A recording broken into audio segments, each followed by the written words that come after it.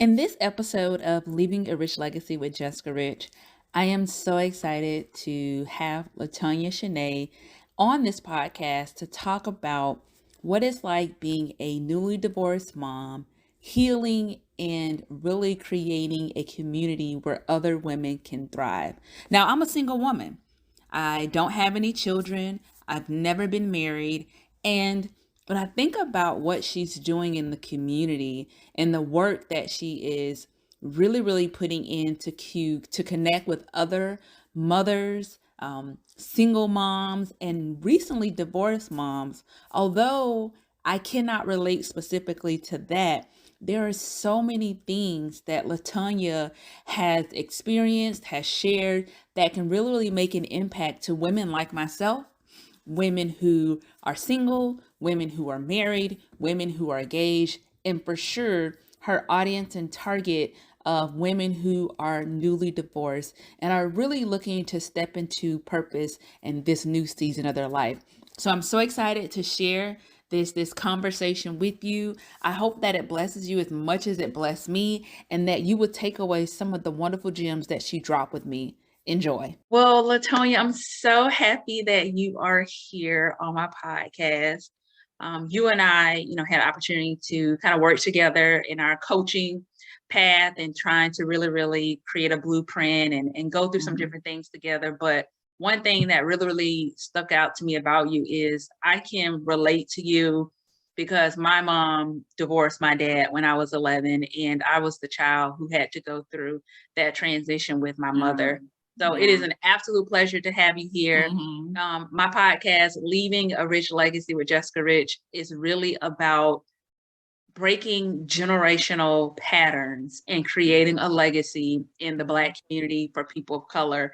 And this topic is so important because there are a lot of single mothers, there are a lot of divorced moms, newly or not newly, who don't really know how to navigate that. And I want this to be an opportunity to help them be successful with that transition, helping their kids along that journey, and then hopefully impact someone who just doesn't know where to go.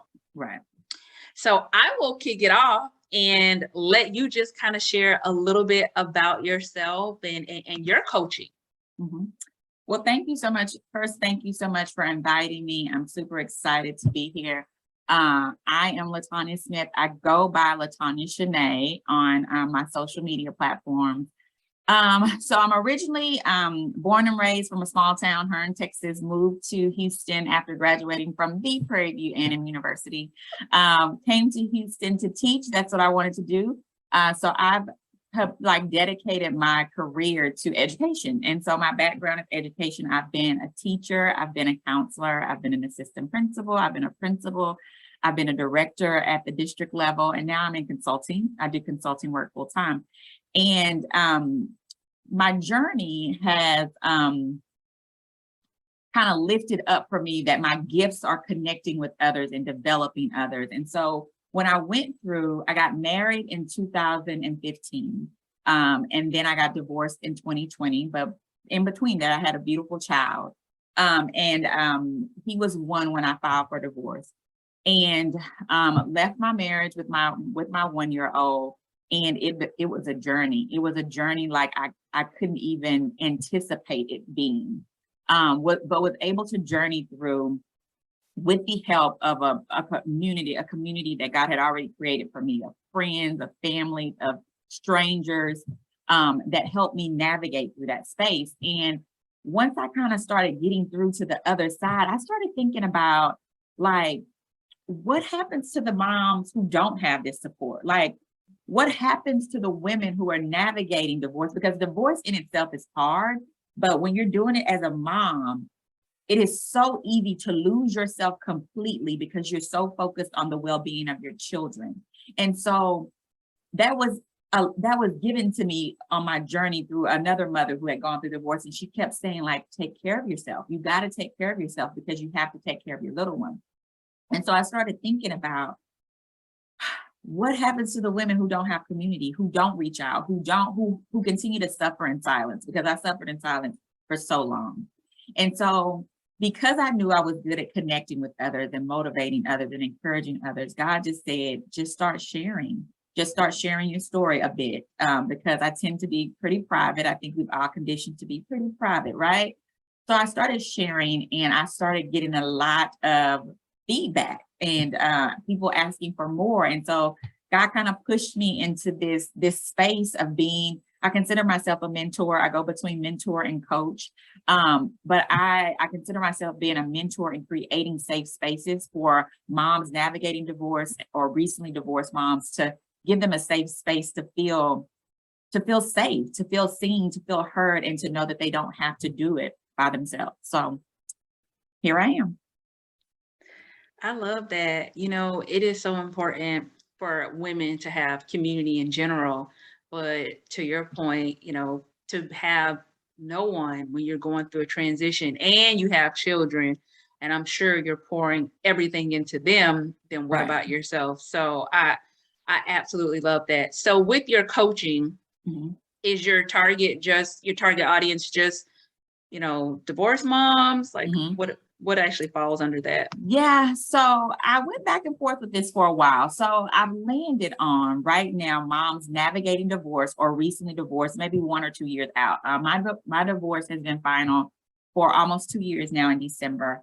And so I feel like I share the best with those that I can relate and experience what you're going through currently, right? And so I really work with moms who are not like just thinking about, am I going to get a divorce, but you have actually filed and now you're navigating. And I don't necessarily coach you on like you need to do this, this, and this as it relates to your divorce. It's really more of the emotional support, and just doing some thought partnership sometimes work that they just really want to get it out. Like, I just need to get it out. Am I going crazy? Am I losing my mind? This is how I'm feeling. This is what I'm experiencing. And I talk to so many women, and although our situations are so different, it's all the same, right?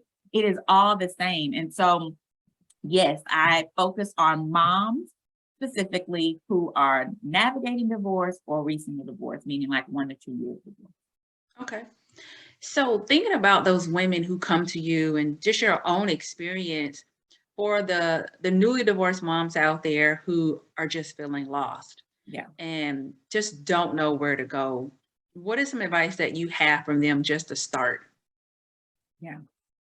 Um, that what you're feeling is okay. It's normal, but choose not to do it in isolation, because isolation is the trick of the enemy. So I just made this post like, you're feeling lost, you're feeling confused, you don't know which way to turn. There are 4 key players that you need on your team when you're navigating divorce. God is number one. You really have to go into prayer in my experience. Go into prayer and really give God the situation. Like, trust him that he is going to help you navigate through. But then you have to put some action behind that. You need a good attorney who will fight for you, not an attorney who will belabor the situation or try to take advantage of you, or judge how much you can and cannot pay them. You need an attorney who really cares about what you're going through and will fight for you, because sometimes you just don't have to fight. And so you need an attorney that you can trust. And then you need a therapist who can help you navigate your emotions and what you're feeling and what you're going through. And then you need a community who understands, a community or a mentor who understands to see you, to validate what you're saying, to offer some advice, to offer some assistance, to talk about how they helped their children as they were going through. Like, those are the 4 key players that you need, and you will not feel as lost, because feeling lost is very normal. But until you step out of doing it by yourself, you're going to always feel lost and isolated. So that's when you have to open your mouth, pray, find an attorney. Even if you have to fire the first one to get a good one, do it. I fired my first attorney and found a second one that I trusted. And so many women that I talk to have experienced the same thing. Like, it's the same thing with therapy. Sometimes the first and second therapists just don't vibe. I've gone through like 4 different therapists until I found my current therapist that I really like. And so just don't give up, finding these key players that you need. And sometimes you get a mentor or you get in a community and it's just not the right vibe, and that's okay. Find a community that you vibe with, that you can trust, that really understands what you're going through, and you can trust them. What about, so That's the mom that's feeling lost. But what about that mom that is afraid to take that step? I am not I'm not a mother, Mhm. but just through life, I've met a lot of women who are married and they don't want to leave because of the kids. Yeah. What about that woman who's just doesn't want to walk away because of the child? And maybe can you share just maybe some of the impacts that it may have on, from your experience, potentially the children or even that woman? Yeah. I always tell women that I can't make the decision for you, but I can say that I sat there I was with my ex-husband for a total of 12 years. And so I know what it feels like to be afraid after becoming a mother and saying, no, I'm gonna keep my family together. But the one thing that helped me make my decision was therapy was one thing that helped me kind of navigate and push me to a space of saying that it's okay to choose me, like I have a choice in this. And another thing that helped me was my son. He was the reason why I left. I realized that I had a choice to put on a good face, as best of a face as I could, and let him stay in that situation where I knew love wasn't real.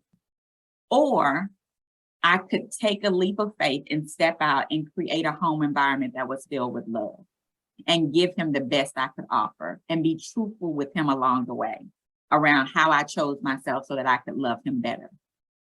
I had to have that conversation with myself, and it's not an easy conversation because in a sense you are being selfish. You are, but it's nothing wrong with that.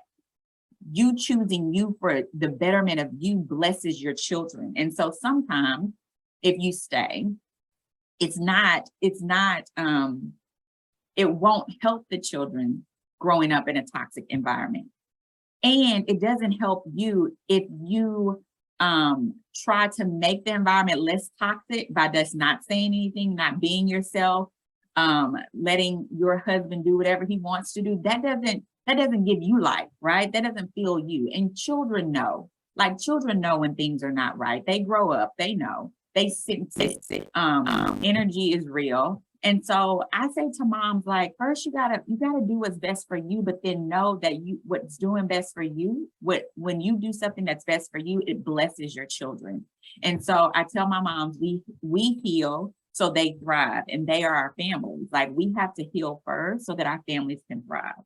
Um, but that's a lot of prayer and that's a lot of faith in God to walk away from a situation. And I know what it's like to walk away from a situation when your husband makes a lot more than you, when you don't have a plan, you don't have a blueprint, you don't have a place to go, you have this house, you created this life, and now you're like, I'm gonna have to start over. Like, how am I going to take care of these kids? Like, what am I supposed to do? I know exactly what that feels like because I've been there. But I also know I'm a living testimony of what it's like to trust God and then watch him open doors for you. So I just encourage you to trust God, even if you don't trust yourself. Mm, that's good. And, just even thinking about your success with your career and even saying you've been in the position where, your husband made more, I Yeah. think a lot of people are afraid of taking their kids out of that situation. Hmm. To your point, does it really help them in the long run to stay in a toxic environment? Because Yeah. at some point they're going to become adults, right? Yeah. And they're going to take all of that into their Hmm. adulthood, and Hmm. it could potentially, have an impact on their Right. relationships. Right. So your son is how old now? He just turned 4. He had a birthday October 29th. Oh, Yeah, okay. Saturday. Happy Yeah. belated. Yes, we had a good So time. he's 4 and you are still new to this transition and, Yeah. navigating through it. How are you helping him? Yeah. He was younger, right? So when Yeah. you did divorce, but how are you helping him with Yeah. this new normal for him? You know, being honest with him, being honest, being transparent, and being patient because my son, he's sharp. He's pretty sharp. You can't get a lot past him. He's been talking since forever. I don't even remember when he wasn't talking. And so the first question that he asked me was this past year. He was already 3, I think. And he asked me, he said, Mom, are we a family? And I said, yes, we're a family. He was like, so me and you are a family. And I said, yes. And he was like, so what about me, you, and dad? Are we a family? And I said, well, dad is your family. Mom is your family. Why do you ask? Because I need to know, like, why did he ask? And so he said, well, he named a friend in his classroom. He was like, his mommy and his daddy, they live together and they, they're a family. And he has pictures of them as a family. And so I don't. And that's what he said, like, I don't. And I was like, yeah, I get it. And so I was like, yeah, so that's his family. His mom and dad live together with him. They're a family. But families can look different. Just like your mommy and daddy live in different homes, that still doesn't make us not like your family. And I do play a bit on words. I say your family instead of we're a family, but I let him know that both of us love him deeply. And I'm very honest with him. And so that was the first conversation that we had. The second conversation was maybe like a month ago. He was going through my phone and he saw a picture of me holding him when he was a baby. And he recognized his dad's home. Like he could see in the background, the furniture. He knew that was his dad's home. And so he asked me, he said, Mom, what are you doing in my dad's home holding me? Why are you holding me in daddy's house? Is what he said. And I was like, what do you mean? And he said, look at the picture. Me and you, why are you sitting on daddy's couch and holding me? And I said, oh my, I really wasn't ready for the question. And so then I paused and I said, well, Carson, mommy and daddy used to live together with you. We lived together in the same house, in your daddy's house. And I said, and then mommy and Carson left and we got our own house. And he said, oh, really? Interesting. I didn't know that. And so I said, yeah. He's like, a long time ago. I was like, a long time ago. And that was it. That was the conversation. And so he stopped. He just didn't have any other questions. I was like, oh, thank you, God. But I think in that moment, I realized, just be honest, right? Like, just be honest and let him know. If he would have had more questions, I would have probably answered them the best way I could. But I think for me and Carson, and what I encourage other mothers to do is to create space for them to feel safe to ask questions. And then be as honest as possible and do not ever badmouth the other parent. Like, I went through a lot in my marriage and in my divorce, things that I will probably never share on my platform, because that is not my platform. My platform is choosing yourself to heal so that you and your children are okay, right? And so I will never badmouth my ex in front of anyone, but especially not in front of my son, right? So he doesn't have to know what we went through. All he needs to know is that we both love him and that mommy and Carson live here and that his dad lives elsewhere. And so, it's difficult sometimes, it's uncomfortable, but you have to push yourself to be honest and transparent. He is super smart for his age. Yes. Just to put that together and the ask questions is amazing. I was not ready. I wasn't ready, but yeah. I'm happy you said that you would not badmouth him. Yeah. Your ex-husband, especially to him, or use your platform, because I feel like, especially in the Black community, even if the parents were never married, when there's a single mother or a single father, we create this disconnect and toxic environment when the child is not in both homes. And you're in therapy, so like that is a long-term effect. Yes. And it's a part of the generational patterns that we have in our community. So I think that's important. Yeah. And to your point, every family looks different. Like, people can't believe that my parents are divorced. My dad was at my mom's wedding. My dad and his wife come to, my mom's events. My mom will come to my mom, and my stepdad will come to my dad's house. And it didn't start out that way, right? But eventually we got there, and I don't recall my mom ever bad mouthing my dad. Yeah. And it makes a huge difference that I'm sure there were things in the household that could have been said and were not said, especially to the children, but it makes a huge impact, because when you hear about some kids who have mother or daddy issues, even adults, it stems from those conversations from the parent that raised them. So that's awesome. And I think what's important is, at some point, I have to take ownership for my own behavior, for my own decision making, right? Like, so So yes, my ex-husband is who he is, but I take ownership in knowing that he's been that way. And so I cannot fault him for being consistent. I look inward and have to look into myself to say, what was going on in you that you said that that was okay? What was going on in you that made you feel like that was that you had to marry him? What was going on in you that you stayed so long? What was going on in you that you didn't speak up for yourself? What was going on, right? Like in you. So the thing about my ex-husband is that he never hid his hand. Like, he is who he is. I knew that. And so I take ownership for that. And so a lot when I'm working with moms or coaching and mentoring, it's like, well, what part do you own?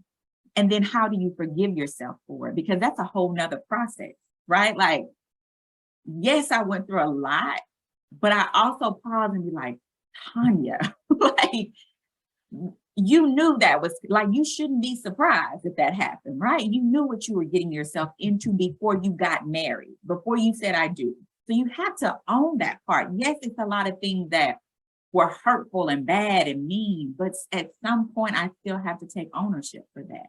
And so I ask moms all the time, well, what part do you own? And then work on forgiving yourself for that. And that's a whole nother piece of the journey. Like, you don't just forgive your ex, you forgive yourself for the choices you made and did not make.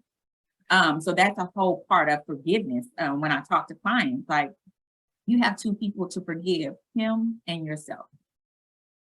I was not expecting that, but that was a word because, I'm single, never been married. And as a woman who desired to be married, that is something in my single season that I have come to terms to accept. If the person never changed today, can I spend the rest of my life with them?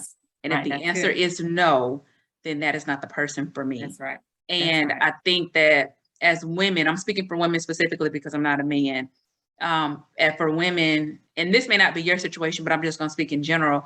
We hope for change. Yes. We try to demand change, and we wait and hope that it will. And then there's resentment, and we get upset, and we start blaming the other person. When in reality, if they were always true to themselves, then who's really at fault? And I think as women, we do have to take ownership of that, single or married. Like, what's inside of me and that's what I had to work through with my therapy. What is inside of me that basically allowed me to date the same man, just a different body, right?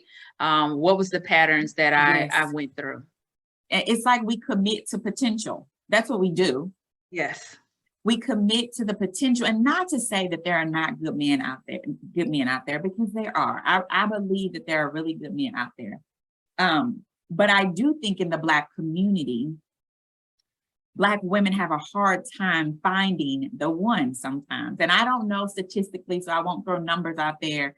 But it's been said that there are like a larger number of us than it is of them to choose from, right? And so I don't know if that's true or not, but I do think that we get to a space of saying, okay, well, I'm gonna just like I'm gonna just take this. It used to be a deal breaker, but I can't find the man. I'm already in my 30s. I'm almost 40. I don't have children. And we then start committing to potential. Like, he could potentially be this. He could potentially, change, or I saw glimpses of that, or and so then we settle for it. And then we suffer for it too, I think, in the end, because, and then I think it goes a little deeper, that we've been conditioned to let men be men, right? Or men are going to be men, that, there's a lot of things that I think Black women have been conditioned to overlook, that we are now unraveling and having conversations about with older women in our community. I know I have a conversation with my grandmother and my mother all the time around, like, why is this okay in our community? This is not okay. And why has this been okay for so long? And I think it just really goes deep into our culture and our history of why. But nevertheless, we still do it. And I think now we're at a point, a lot of women are at a point of saying, I'm just not going to do it anymore. I know my worth. and they'll choose to stay single, Yes. or wait. But you're absolutely right. We have been conditioned to accept a lot, and we've Yeah. also have to think about my mother and my grandmother, and that's something I worked through therapy. Like, based on their capacity and the resources they had, did they do the best that they could? Yes. And Yeah. then, looking at that and remembering they're human, forgiving Mm-hmm. them for what you think they should have done, because Yes. they're absent of being your mother, still a human. But Yeah. then also, I think it is a lot of Black women are accepting the fact that we've been conditioned to accept a lot of things, Yeah. and we're choosing ourselves. And I don't see nothing wrong with Nothing. it. Nothing at all. Yeah. Okay. Woo, that was good. I didn't think we were Yeah. gonna go there, but that is some good information, because Yes. I knew that regardless of your target audience, that other women will get some Yeah. benefit from this. So I love Yeah. it. Thank you. So for the woman who has stepped away from the relationship and either fully divorced or waiting for Mhm. divorce, I'm sure there's a struggle with identity, like trying to Mhm. get back to you never get back to the person you were before your husband, right? But like trying to get their identity back. What did that Mhm. look like for you? And like, what is some advice that you would help that woman that's just trying to figure it out? Yeah. My first question when I saw this question that you sent, I was just like, first, don't ever lose your identity. If you're thinking about getting married, before you get married, don't lose your identity. Like, we should never lose it. We should have it at all times. But I'm guilty of losing mine. And so I had to rediscover who who I was and who I am and who God has called me to be. And so it takes time. It really takes time. And I think I wrote down like time, intention, and work. You have to give yourself time to feel all that you feel and to work through what you're feeling. Like, therapy helped me to really put a mirror to my face and answer some of the questions about myself and my behavior that I needed to address, that I had just not been addressing. And I did therapy before I was married. So I was a school counselor. I believe in therapy, right? But I think when I was doing therapy before I was married, I was so focused on becoming a wife and um like how to like work through some insecurities that I was having, but never going deep enough to really um look at myself for who I am and who God has really called me to be. And some of the behaviors that I had, right? And so time, intention, and work. So you have to work through to see yourself, to get to know yourself. Um, and then just take it day by day, like trying new things and doing things on your terms. And when somebody asks you if you want to do something, if it's no, it's no. Like, not feeling obligated to please others was like my first step. I had stepped into this place of what feels good for me. Like, that was the answer. That became the answer. Like, I really started listening to what feels good for me, what makes sense for me. And then giving myself time and space to explore those things. I am like, I left over 2 years ago, but the divorce has been final in December of this year, 2 years. And so it took a long time. I think I'm discovering different things about myself daily almost, or all the time. I'm like, oh, I do like that, or I am gonna do that. I think stepping into this role as like a mentor, as a coach, is another layer of me that I discovered about myself. Like, I would say, naturally, I'm private about a lot of things. I don't like being on camera. Making a video in a reel is like a stretch for me. Now you can look at my page and I am reeled up, y'all. I make reels and videos. But I think it's kind of, I think I didn't before want to be on camera because of insecurities about myself, right? About not wanting to be judged by others, not wanting to be seen by others, just kind of staying low key. And now I'm at a place that I really don't care what others think. Not to say that I'm not human and I don't feel it, but to say that I'm really comfortable in my skin. I'm really comfortable with who I am, but that takes time. And it takes time, intentional time with myself, to get to know myself, to get to know who I am. And so whether that is through therapy, or that's when my son is with his dad, just having weekends to myself to reflect, to do some things that I like to do. It just takes time, and you have to give yourself time and space to do that. And be intentional about getting to know her. And it's not always getting back to her, because I don't want to get back to her, because some of the things about her, LaTonya, the old LaTonya, I don't really like. I don't really like. And so I am more focused on walking into the her that God has called me to be. And so that's my focus of becoming this person that I know God has called me to be. I love that you acknowledge you don't want to go back to her, because Yeah. you realize and recognize that her was not the who God has Yes. called you to be, and there's a better version of where you Yeah. should be. So I love that. I love that. Love that. So therapy, I'm a huge therapy advocate. So you said that you went to therapy before you were married. Did you go to therapy while you were married? I went to therapy while I was married, but I did marriage counseling. I didn't do it so much just for me. And it wasn't until we had one marriage counselor, it wasn't working well. I just didn't think she went deep enough, and something was missing. And then we started a new therapist with a new counselor. And in the middle of the session, she said, you know, we were really trying to work through some things. And so my ex-husband said at the time, like, I really don't want to be here. I'm just here so I don't really have to hear her mouth. And my therapist was like, well, you know what? I can't help somebody who doesn't want to help themselves. So let me focus my attention on her.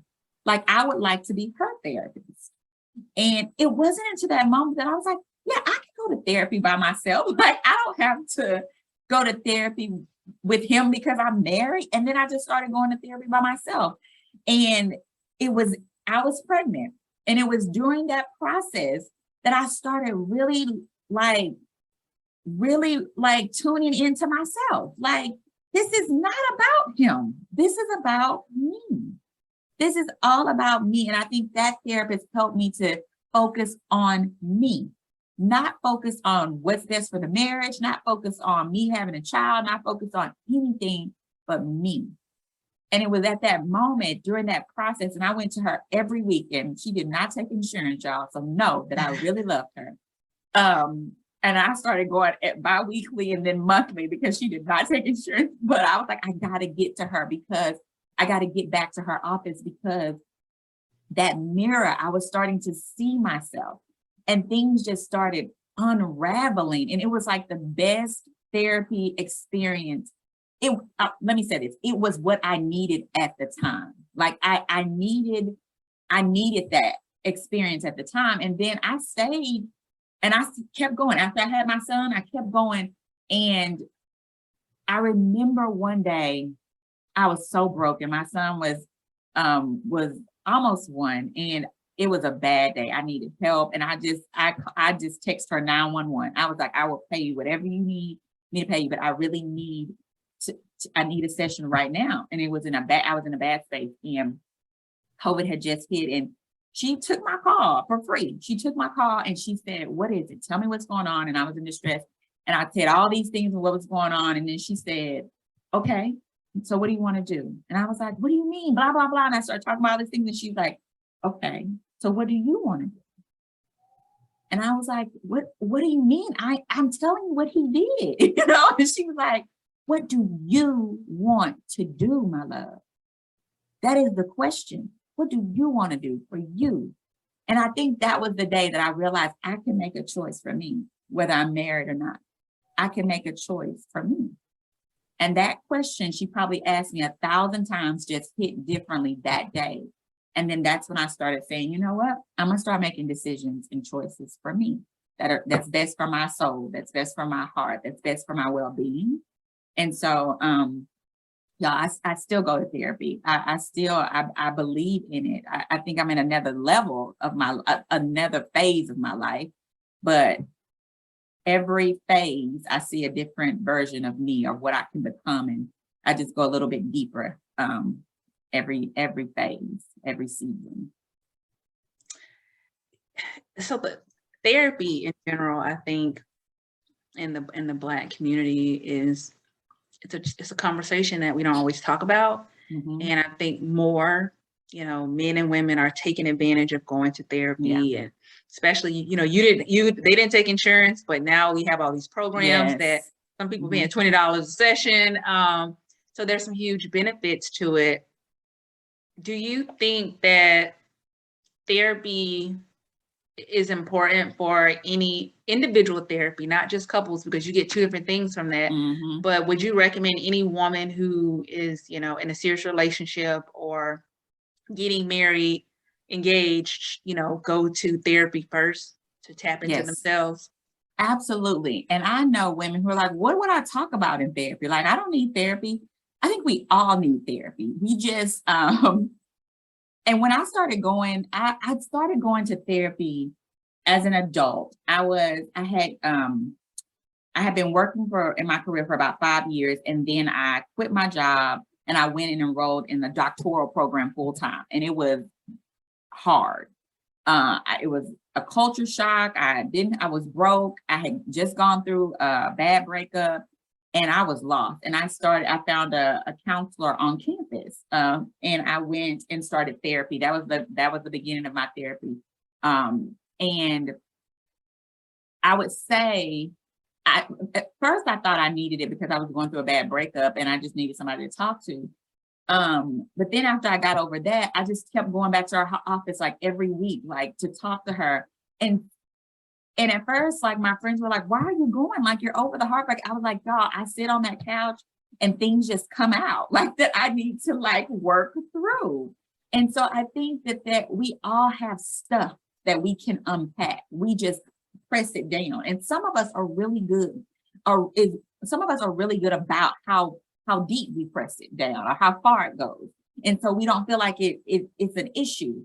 But the thing that you don't address comes out in other ways. It comes out in how you function and how you interact with others and how you process things and how you view yourself, how you view others, how you view your future. Like if you don't deal with that and unpack that, sometimes you become toxic.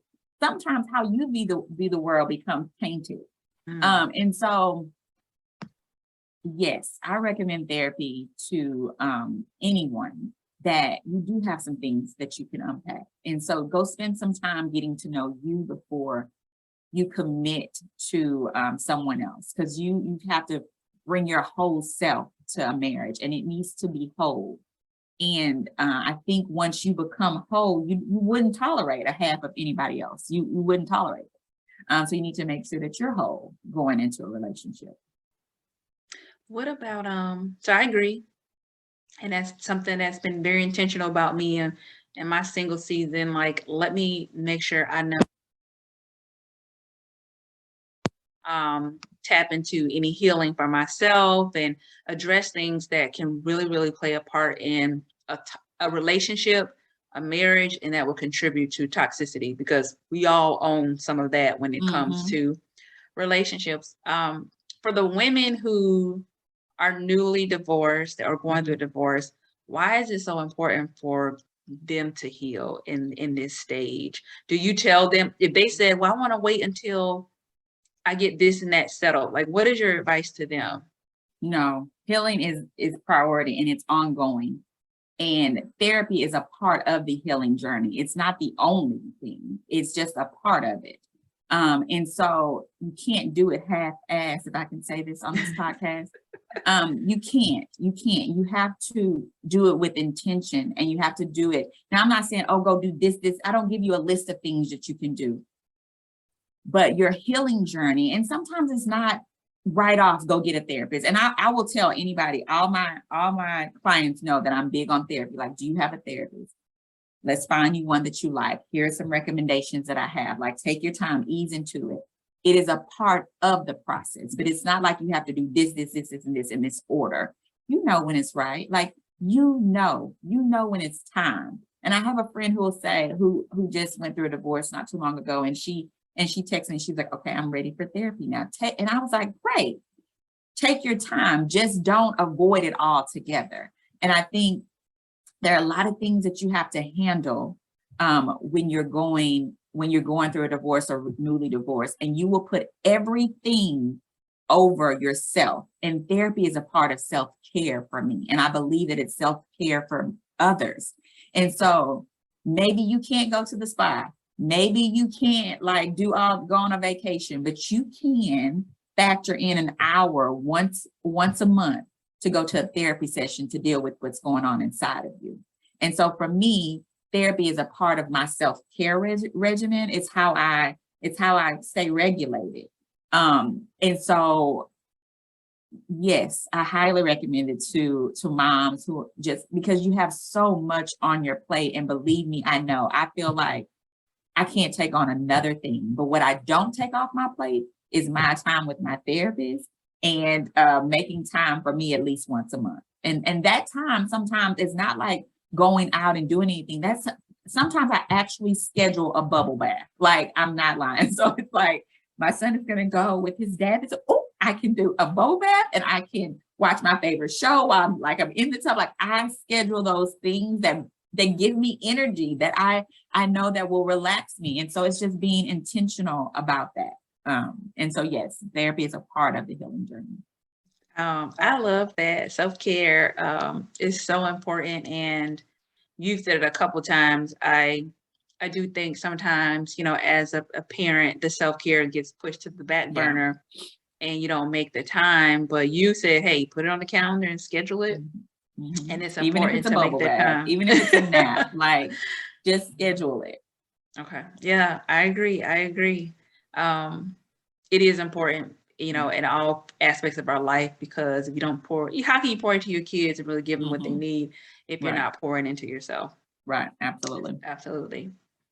So not specifically a question, about your experience, but have you had any clients or have you worked through with any clients who are ready to date, and have you given them any advice about that? I think healing is definitely probably important before they get back into dating, but what about the newly single mom who's still transitioning and open to dating?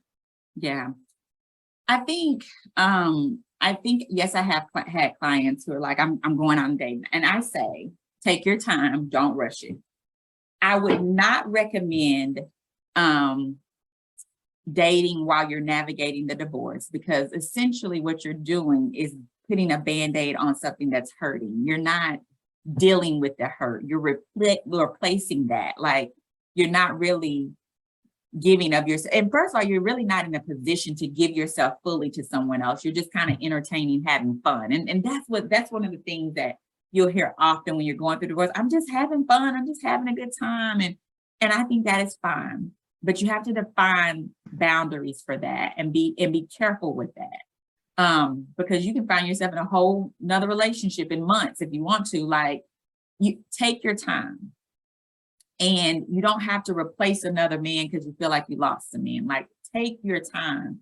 And then when you're ready today, I think still take it slow. Like, know what you're looking for. And then even if you don't know, because I think as I've entered this dating world, which is like so different from what I remember, I know exactly. And I wrote a letter to God, like, these are the things I cannot do. Like, I can't do these things, God, but I would like some of these things, right?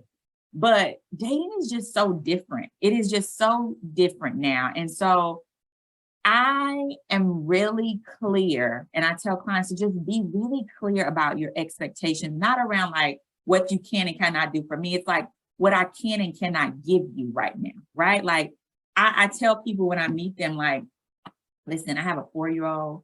I'm recently divorced, and I'm just looking for a friend, right? I don't know what's going to happen from that point. I'm not dating with a purpose, right? And I've learned that was a thing. Like, I've learned that in this process, like, I'm dating with a purpose. I'm looking for my next life, or I'm looking for my next husband. I didn't even know the language. And so I had to say, oh, okay. I'm not dating with a definite purpose. I would just like to find a friend, go out, have a good time. And if it evolved into something, then, it evolved. So I think you have to be very clear on what you're looking for as you enter this new space, and take it slow. Take your time, because remember, you have children. you have children, and not so much children that are necessarily watching, because my son doesn't know that I casually date sometimes, or that I'm texting somebody. Like, he doesn't know that, but I'm just saying you're responsible for you and your children. And so, and I've made it very clear that I'm not looking for someone to be a father to my son necessarily. I'm not looking for anybody to take care of me and my son. Like, that's not my intent right now. I think you just have to be very clear and give yourself time, and do not feel like because you are divorced with children that nobody wants you. That is false. Like, there are a lot of single women out here with no children and never been married, right? Like, that's not true. But I've heard a lot of women, divorced moms, say, nobody's gonna want me. I have kids, or I'm almost 42, right? And so I do have that sense of, oh God, like, will somebody really want me? I'm kind of like not young anymore, but, and then I have a 4-year-old who is considered really young for people in their 40s. Like, no, I haven't met anybody with a toddler that I've that I've entertained or talked to a bit. Nobody has a toddler, so that's different. And some guys are just not interested in having a little kid around. And so you have to just feel like it's okay. Like, then that's not your person, that God will send your person. And to be, and to take your time, and to give yourself some time to like somebody, and not to feel like you have to settle. God still has somebody special in store for you, and that's what you have to believe. So take your time. I love that you said that if a man, is not open to having a child around, then that's not the person for you, Oh yeah. because you are a package, right? Yeah. And, even if you, desire companionship and things like that, the reality is you're a mom, Yeah. and those are your children. And it is settling if you get involved Right. with somebody who cannot accept you and your children. Yeah. It is That's a just the part of like reality. it's a part of like initial conversations for me. Like, yeah, so this is my age, and I have a 4-year-old son, or a 3-year-old son at the time. And so some people are like, oh, wow, really? Or why did you wait so long to have kids? Or some people are like, oh, yeah, I've had that. Like, why did you wait so long? Which I don't even respond. That means you're not my person. But then I've had some men like, that is awesome. Like, I love kids. You want more? Like,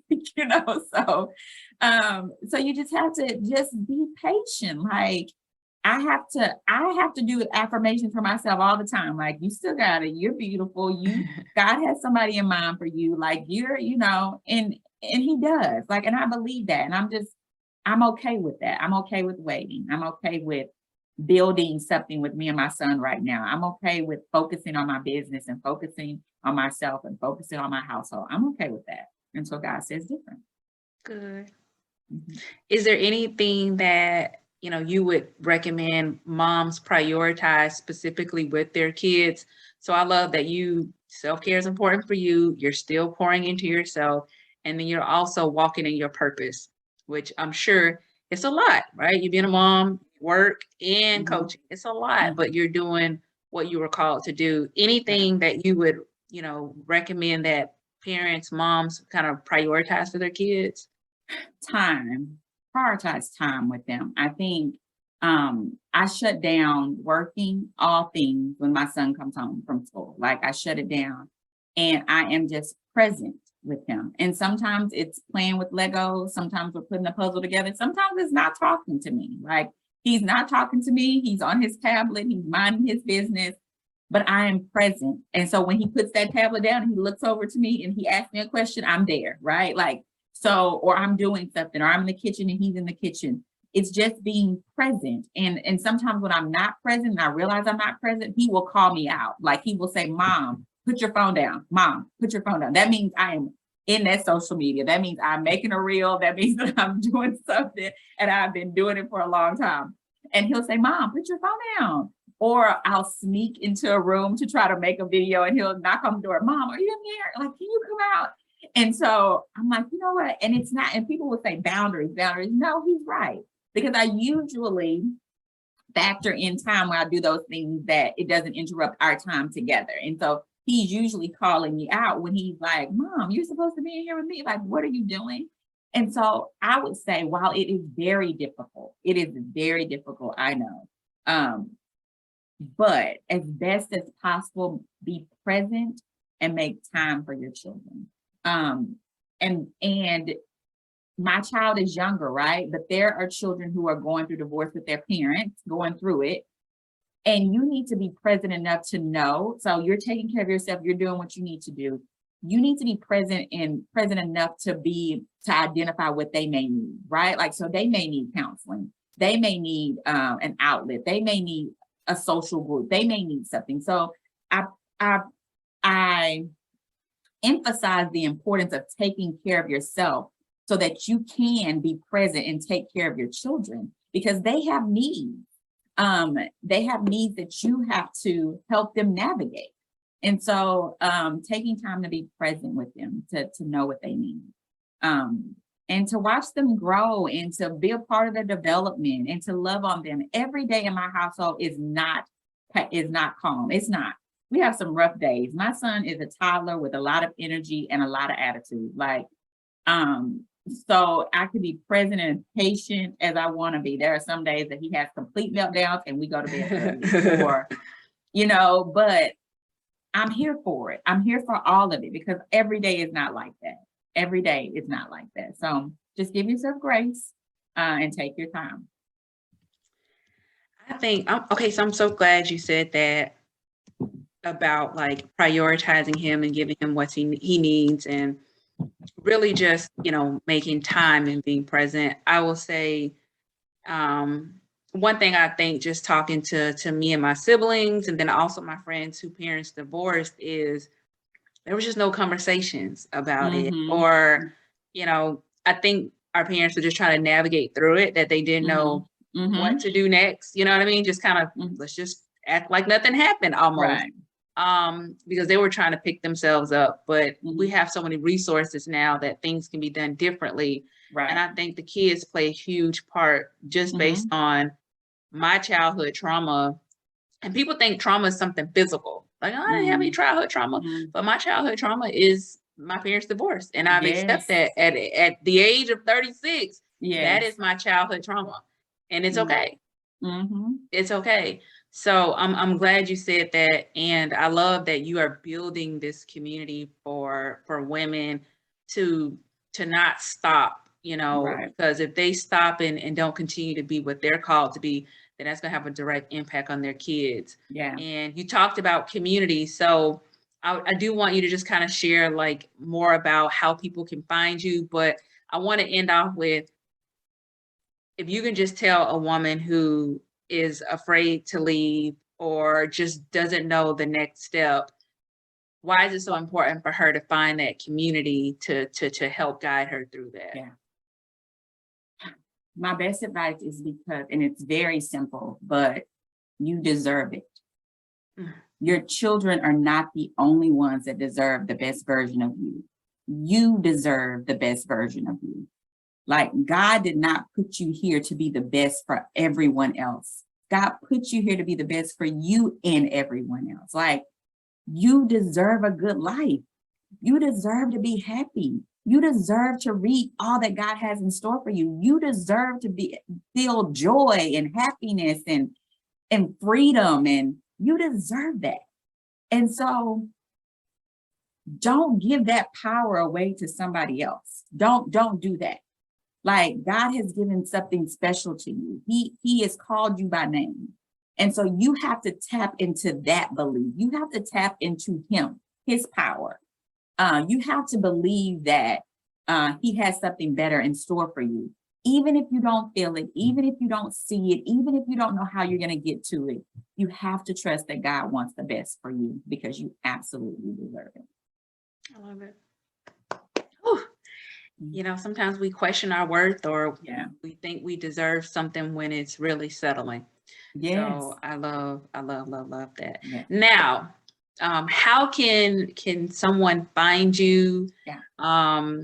If they are interested in coaching and building a community. Yes. So you can find me on Instagram at LaTonya Shanae, LaTonyashanae. And then in my bio, you can click on my bio, and there are a few options. One option is to join my Facebook group. where you can be a part of our exclusive community that we're building through Facebook. You'll be the first to know about all the happenings at LaTonya Shanae. I go live in the group. I share some encouragement, some experiences. You can also subscribe to my newsletter. I send monthly newsletters out. And then you can also do a one-on-one consultation with me to learn more about our community circles, or to do one-on-ones with me to learn about how we can work together one-on-one. In next year, I'm saying in the spring, but that is springish time if you're a school person. But in January 2023, I'm dropping some new opportunities to work with me. And so I'm really excited about that. So stay tuned. Please subscribe to the newsletter to stay up to date on all the new things that are coming down the pipeline for 2023. And I'm going to load this. So I'll upload this on my podcast as well as YouTube. So I will have your information in the description box below for YouTube, so folks know how to connect with you, because I think the work that you're doing, you know, even if I'm not a mom and I'm not married and I'm not divorced, the work that you're doing impacts the community as a whole. It's an impact on me as well. So I really appreciate you joining me today and spending some time. Thank you. Thank you. All right. Thank you. Have a good evening.